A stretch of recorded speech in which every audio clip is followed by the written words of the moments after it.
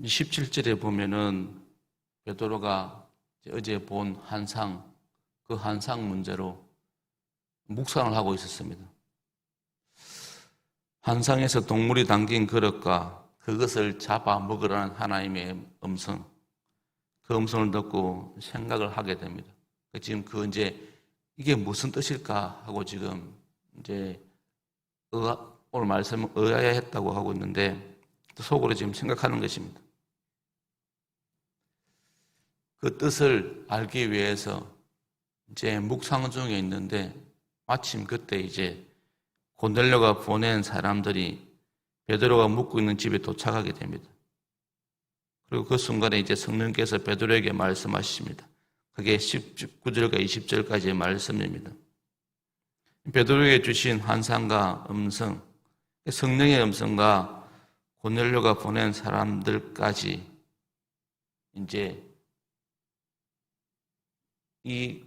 자기가 이게 무슨 뜻일까?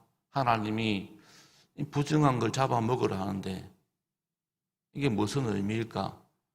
하고 묵상 중에 마침 그와 연관된 사람들이 자기를 찾아오게 되고 그런 만남을 통해서 제 하나님의 뜻을 알고 자신의 생각을 바꾸는 모습을 지금 보이고 있습니다. 사실 베드로도 예수님과 함께 생활했기 때문에 율법이 말하는 정결, 의식법은 어느 정도 극복되는 그런 모습을 보이고 있습니다. 그게 뭐냐니까 바로 지금 베드로가 묵고 있는 집이 무두장이, 그러니까 가죽을 만드는 사람의 집입니다. 이 무두장이 뭡니까? 그리고 가죽을 만들려면 동물의 시체를 만져야 됩니다. 다루어야 됩니다. 그러니까 여전히 베드로가 정결법에 매여 있다면 이 사람 집에 묵을 수 없는 겁니다. 왜냐하면 이 사람은 부정한 자이기 때문입니다. 시체를 만지는, 다루는 사람이니까 유대인의 율법에 의하면 부정한 사람인데 베드로는 그런 부정한 사람 집에 묵고 있으니까 어느 정도는 이런 정결법에서 좀 전향적인 태도를 보이고 있는 그런 모습을 우리가 보게 되어집니다. 그런데 완전하게는 베드로도 마음이 열린 건 아니었습니다. 근데 이방인에까지, 그러니까 어떤 어느 정도 생활 속에서는 그런 걸 조금씩 극복했는데 이 복음을 이방인에게 전한다. 이방인에게 마음을 열 정도는 아니었던 것이었습니다. 근데 지금 베드로가 완전히 그것을 극복할 수 있는 은혜를 고넬료를 통해서 가지게 되는 것을 우리가 지금 보게 됩니다. 이 고넬료는 로마 장교 출신입니다. 이 고넬료 역시 가진 환경과 또 그 환경을 극복하고 그리스도인이 된 것은 결국 베드로가 유대인의 오랜 전통을 깨고 이방인과 교제하고 그에게 복음을 전하는 것처럼 깨기 어려운 일입니다. 이방인으로서 복음을 받아들인다? 이방인으로서 하나님을 경외하는 삶을 산다는 그 모습과 또 베드로가 그런 이방인에게 복음을 전한다는 것, 이 두 가지는 서로 그 당시에 어떤 사고를, 편견을 깨는 그런 일이었는데 이 두 사람이 그 어려운 일을 지금 해내는 것을 보여주고 있습니다. 고넬료와 베드로. 고넬료도 뭡니까? 우리 후반부에 보면은 하나님이 천사를 통해서 말씀하지 않습니까? 내 기도와 내 구제를 하나님이 기억하신다. 그리고 베드로도 지금 하나님이 보여주신 환상 가운데 지금 또 고넬료가 보는 삶을 맞이하고 있지 않습니까? 그러니까 기도와 순종으로 조금씩 두 사람 사이에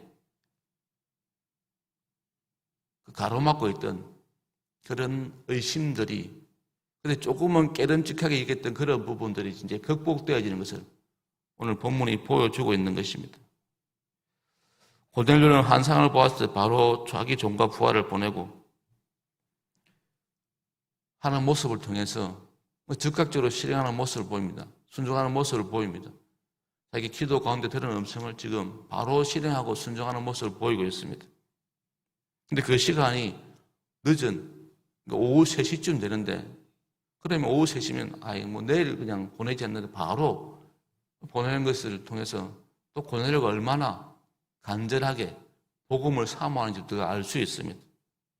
이렇게 이제 늦은 시간에 사람을 보내는데 그 사람이, 그러니까 지금 베드로에게 도착한 것입니다.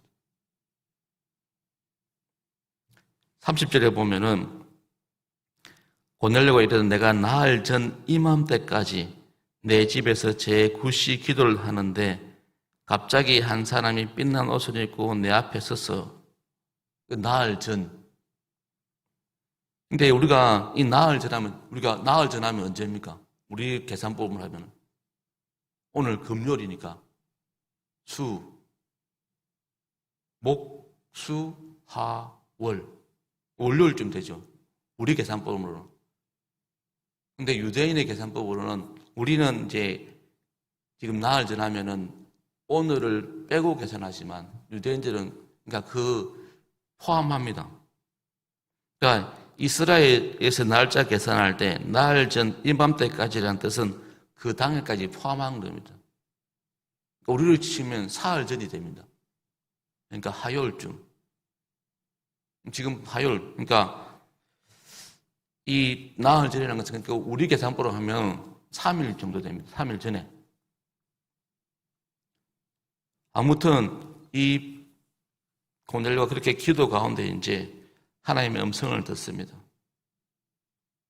그리고 이제 베드로를 만나기 위해서 사람을 보내고, 그리고 베드로를 만나게 되는데 그 시간이 총 4일이 걸렸습니다. 이 가이사랴에서 요빠까지 한 50km 됩니다. 그러니까 요즘 뭐 50km면 금방 가는데 그 당시에는 하루 반나절 걸리는 거리였습니다. 그러니까 하루 반나절 뒤에 이제 베드로가 오늘 지금 이제 그 고넬료가 보낸 사람을 만나고 있는데 그 사람들은 하루 반나절 전에, 그러니까 수요일 오후쯤 출발해서 이제 오늘 도착한 겁니다. 우리 지금 계산을 치면 이렇게 만나게 됩니다. 그러니까 베드로는 자신이 본 환상이 무슨 뜻인지 생각하고 있을 때 고넬료가 보낸 사람들을 만나게 됩니다.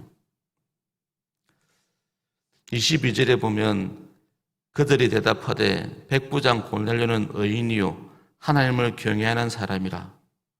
유대 온 족속이 칭찬하더니 그가 거룩한 천사의 지시를 받아 당신을 그 집으로 청하여 말을 들으려 하니라. 그러니까 이제 베드로를 찾아온 고넬료의 부하들이 지금 베드로에 이렇게 말하는 겁니다. 고넬료는 백부장이고, 그리고 또 의인이고 중요한 하나님을 경외하는 사람이다. 그러니까 이방인이지만 또 그 모습을 보고 유대인조차 칭찬하는 그런 모습이 있는 사람이라고 이제 설명합니다. 그때서 이제 베드로가 이제 의구심이, 자기가 의아했던 이게 무슨 뜻일까? 하나님 왜 나에게 이런 항상을 보여주실까? 하는 의심이 이제 그치게 됩니다. 그리고 베드로가 28절에서 이제 그들을 만나서 뭐라 말합니까? 이르되 유대인으로서 이방인과 교제하며 가까이 하는 것이 위법인 줄은 너희도 알거니와 하나님께서 내게 지시하사 아무도 속되다 하거나 깨끗하지 않다 하지 말라 하시기로. 그러니까 베드로도 이제 그동안 조금은 이제 나름대로 예수님을 통해서 그런 정결법 좀 자유로워졌지만 여전히 이방인에 대해서는 여전히 조금은 마음이 완전히 열리지 않은데 이제 고넬료를 통해서 그 마음이 완전히 열린 것을 보게 되어집니다. 그래서 베드로는 고넬료와 모인 사람들을 보고 분명하게 선포합니다. 아무도 속된 사람은 없다. 그러니까 모든 사람이 정결하다. 하나님을 경외하는 모든 사람은 정결하다라고 지금 말하고 있습니다. 지금 베드로는 유대인의 입장에서는 정결법을 어기면서까지 이방인들을 만나고 식사하고 함께하는 모습을 보고 있는데, 근데 그렇게 한 것은 이제 이것이 하나님이 명한 것임이 분명하기 때문에 지금 그렇게 하는 것입니다. 이제 고넬료는 하나님을 경외하는 사람으로서, 그 이방인 가운데 하나님을 경외하는 사람으로서 이제는 베드로를 통해서 완전히 복음을 듣고, 이제 이후에 보면 어떻게 됩니까? 그 모인 사람들이 세례받는 그까지 보여주고 있지 않습니까? 오늘 베드로와 고넬료의 만남, 그리고 33절에 보면 이제 마지막, 오늘 본문의 마지막 절을 보면 이제 베드로의 말을 듣고 고넬료는 자기가 겪은 환상을 자세히 설명하게 됩니다. 그러니까 이제 베드로가 이제 완전히 의아했던 17절에 하나님이 보이신 환상이 무슨 뜻일까 의아해하면서 묵상하는데, 그 부분이 이제 33절에서 고넬료의 설명을 듣고 완전히 해결되는 모습으로 이제 본문을 맺고 있습니다. 오늘 베드로와 고넬료, 베드로는 자기가 하나님은 복음을 전함에 있어서, 또 하나님이 이제 이방인에게까지 복음을 전하라고 하셨는데, 그것이 또 율법적으로 완전히 해결되어진 문제는 아닌데, 하지만 하나님이 고넬료를 통해서 그 문제를 완전히 이제 해결하는 것을 우리가 보게 되어집니다. 우리도 가끔 신앙생활 하다 보면은 모든 것을 알고 행할 수는 없습니다. 우리가 모든 걸 완벽하게 이해하고 행할 수는 없습니다. 그래서 우리가 항상 고민할 때가 있습니다. 그럴 때 우리가 오늘 베드로가 보인 것처럼, 그러면 우리가 알고 있는 것에서부터 우리가 행하면 되는 것입니다. 오늘 고넬료와 베드로가 하나님이 서로 만나기 전에는 하나님의 뜻을 완벽하게 이해하지 못했지만, 하지만 서로 묵상하는 가운데서 서로가 이해하는 범위 내에서 행동하게 됩니다. 순종하게 됩니다. 그러니까 어떻습니까? 이제 서로가 알고 있는, 완벽하게 지금 서로 만나기 전까지는 하나님의 뜻을 완벽하게 알지 못했지만, 하지만 또 그런 가운데서 서로 자신들이 알고 있는 깨닫는 부분에서는 서로 행함을 통해서 결국 둘이 만나게 되어지고, 그래서 하나님의 뜻이 무엇인지 그러니까 확신하게 되는 모습을 봅니다. 그러니까 우리가 다 모르더라도 내가 알고 있는 부분에 있어서는, 내가 확신하는 부분에 있어서는 우리가 믿음으로 순종하며 행할 수 있음을 또 배우게 됩니다. 그러니까 알고 확신한 것에 대해서는 주저없이 우리가 순종할 필요가 있습니다. 우리가 매일 말씀을 보면서 깨닫는 게 있다면, 또 그걸 깨닫지만 조금은 또 우리가 의심되는 부분이 있다면, 하지만 그 깨닫는 부분에서 우리가 분명하게 순종하고 행해야 된다는 겁니다. 지금은 잘 모르지만, 하지만 내가 지금은 잘 몰라서 어떻게 할까 주저하고 있을 수 있지만, 하지만 그럴 때 또 그런 가운데서 하나님 내게 확신 주는 부분이 있습니다. 그럴 때 그 확신 가지고 행하면 하나님께서 이렇게 하시기 위해서 하셨구나 하는 것을 우리가 그 다음에 알 수 있게 된다는 겁니다.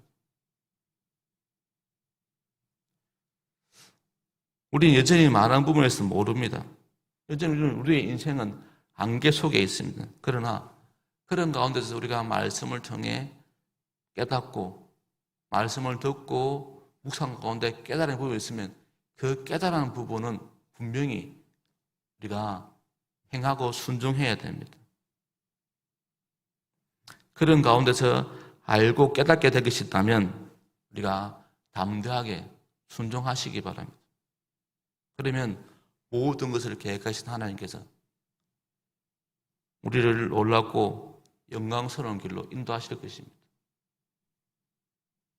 내가 분명히 다 모르지만 분명히 하나님이 내 마음에 감동을 주시고 또 깨닫게 하시는 부분인데, 근데 이게 좀 내가 행하기는 뭔가 좀 의심이 되면은 내가 깨닫는 그 부분에 있어서는 분명히 행할 필요가 있다는 겁니다.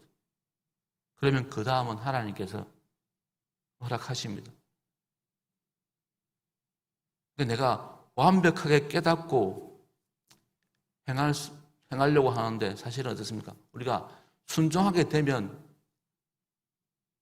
알게 되어진다는 거예요. 우리가 다 알고 순종하려고 하는데 사실은 내가 아는 부분에 있어서 순종하면 하나님이 그 다음을 열어가시고 하나님이 그 다음을 이루어가시고 하나님이 그 다음을 깨닫게 하시고 보여준다는 걸 여러분 기억했으면 좋겠습니다.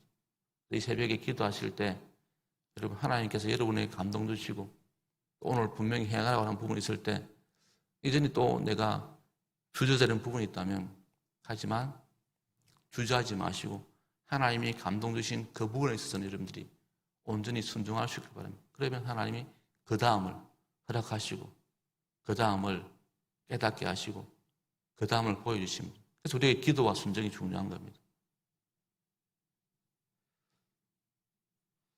우리가 오늘 하루도 믿음의 삶에 있어서 이 새벽에 기도하고 깨닫게 한 부분이 있다면 하나님께서 그걸 행하게 하심으로 하나님이 그 다음을 허락하시는 거 아시고 우리가 오늘도 하나님이 허락하신 그 깨달음 가운데 또 알게 하시는 부분도 우리가 확실하게 순종할 수 있기를 같이 기도하시겠습니다. 그래서 하나님, 내가 하나님이 감동 주시는 부분에 있어서는 하나님이 알게 하신 부분에 있어서 내가 주저함 없이 순종하며 살게 하소서 하고 기도하시기 바랍니다.